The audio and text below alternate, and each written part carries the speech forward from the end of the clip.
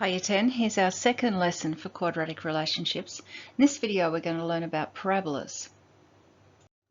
So last lesson we learned about linear and non-linear relationships, and then about quadratic relationships, and then we learned how to find the rule from a table of values. So a parabola is the name of the graph of a quadratic function, and you can see an example here. It's got a few features that we need to discuss. Firstly, it's a symmetrical graph, so it has a line of symmetry. Secondly, it has a turning point, which we call a vertex. It will have a y-intercept, and this particular parabola has two x-intercepts. We also call them zeros or roots. If we want to find the x-intercepts, we substitute y is equal to 0. If we want to find the y-intercept, we substitute x is equal to 0. And that's worth writing down. But try not just to memorize facts. You need to understand where they come from. So let's have a look at it. Here's our x-intercepts here. What's the y-coordinate of those 2 points? If we follow it all the way across till we cut the y-axis, it's y equals 0. Let's have a look at this y-intercept up here. What's the x-coordinate for this y-intercept? If we follow it all the way down, it cuts through the x-axis at x equals 0.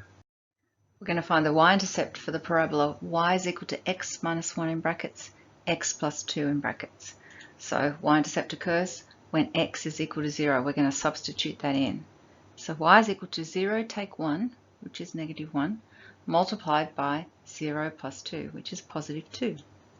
Multiplying those together, we get negative 2. Now we should write the y-intercept in point form. So the y-intercept is 0, negative 2.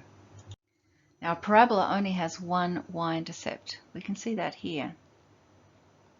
But it can have 0, 1 or 2 x-intercepts.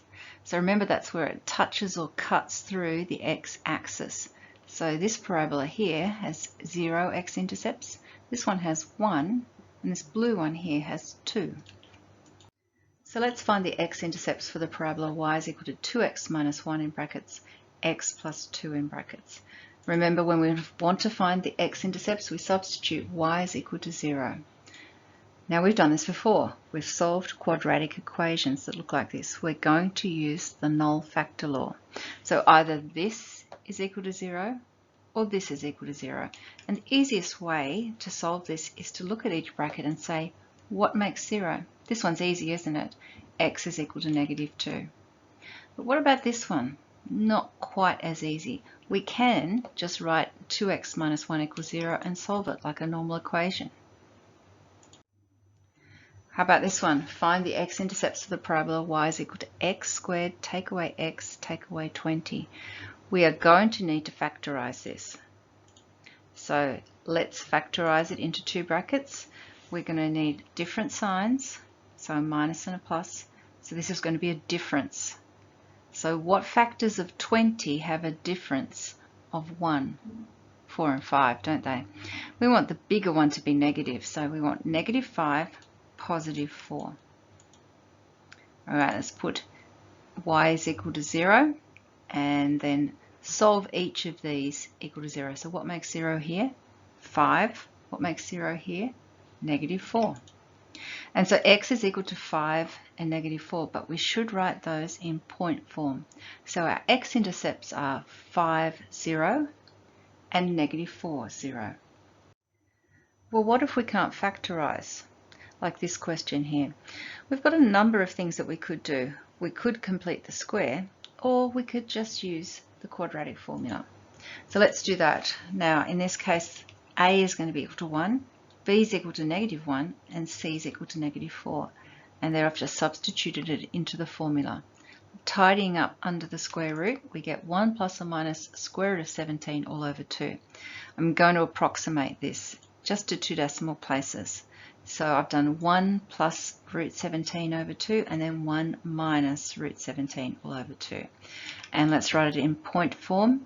The x-intercepts are negative 1.560 and 2.560. Well, what if there aren't any x-intercepts? So here's an example. How many x-intercepts does the function y equals 2x squared take away x plus 5 have? Now we're actually going to solve 2x squared take away x plus 5 equals 0. So we can use the discriminant. Now remember, the discriminant is the part in the quadratic formula that's under the square root. If you haven't done any work on that, go back to a previous video and revise it because it's a really useful technique. So all we're going to do is substitute in for b squared take away 4ac and have a look at what we get. So b in this case is -1, a is 2, and c is 5. Substituting in, be careful here, -1 all squared is 1. We get -39. Now, since the discriminant is less than 0, there are no solutions, okay? Because remember I said this is under the square root. We can't do the square root of a negative number. Therefore, the function has no x-intercepts. So let's move on to symmetry. Parabolas are symmetrical about a vertical axis, here. And we can use the formula x is equal to minus b on 2a to find the equation of the axis of symmetry. Now this looks a little bit familiar. It's the quadratic formula without the discriminant part. So let's find the axis of symmetry for the parabola y is equal to x squared plus 2x minus 3. So in this case, a is equal to 1 and b is equal to 2. Here's our formula. Substitute in. Our axis of symmetry is x is equal to -1. Now suppose we're asked to find the axis of symmetry for a quadratic that's been factorized. We could expand the brackets and then use the formula, but the axis of symmetry actually lies halfway between the x-intercepts. Can you see that there? We can easily find the x-intercepts. They're going to lie at x equals 1 and x equals -3. And halfway between these 2 points is the midpoint. So all we need to do is average the x coordinates and we'll find the axis of symmetry. X is equal to -1. We talked before about the vertex. It lies on the axis of symmetry. So once we've worked out the equation for this axis, then we actually know the x coordinate of the vertex. Substitute it back into the equation for the parabola and we'll find the y coordinate. So let's take that last question. Y is equal to x minus 1 in brackets multiplied by x plus 3 in brackets. We found out that the axis of symmetry had the equation x is equal to -1. So we're just going to substitute that in. This is -2 and we're going to multiply it by +2. And so our y coordinate for our vertex is -4. Therefore, the coordinates for the vertex are -1, -4. Now there are two forms we use for writing quadratics. The first is general form. And we've used this a bit. Y equals ax squared plus bx plus c. And it's useful because the coefficient of x squared tells us the concavity. More about that in a minute. And the constant term tells us the y-intercept. But there's also vertex form. It's rather peculiar. Have a look at it.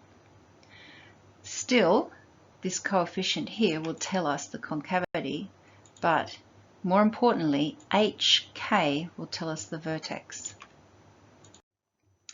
Concavity refers to the direction of a curve. Is it up or is it down?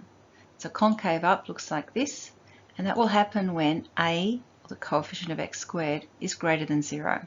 Concave down looks like this, and that happens when a is less than 0. Now finally in this lesson we're going to learn how to write a quadratic in vertex form by completing the square. We've done this before. Do you remember? We were solving quadratic equations. So let's take quadratic. Here we are. Y equals x squared plus 6x plus 10. We want to complete the square here. So I'm just going to move this over a little bit and I'm going to put in a term so that this will become a square. We look for the term in x and the coefficient, which is 6. And we halve it, square it. That's going to give us 9. Now you've got two options here. We can take our 10 and just split it into the thing we want, which is 9, and then sort of adjust it. So 9 plus 1 is 10. Or you can add it, subtract it. Okay, that's going to end up being 0, so we haven't changed anything. Either way, you end up with the same thing. Now this is the square, so that's x plus 3 all squared, and that's it. So in vertex form, y is equal to x plus 3 all squared plus 1. And the vertex is going to be what makes 0 here and the number on the end. So that's -3, 1. Let's try one more. Y is equal to 2x squared, take away 8x minus 12. And we want to write that in vertex form. Now I've got a problem here because of this 2. So I'm going to factorize that out like this. And I'm going to complete the square in this bracket. So here's the part that I want to complete the square. Look at the coefficient of x, it's negative 4. Half of that's negative 2. Squared is positive 4. I'm going to find it difficult to make it out of this negative 6, so I'm going to add it, subtract it. That's easier for me. Do you see what I've done? All right, there's the square there. So what we've got here is x minus 2 all squared, and then I've got minus 10. And the last thing I need to do is expand this. So it's going to be 2, then x minus 2 all squared, take away 20. That's a harder one, so have a look at this and make sure it makes sense to you. What's the vertex? What makes 0? And the number on the end. There's our vertex, 2, negative 20. Okay, that's enough for this lesson. In our next lesson, we're going to look at graphing parabolas.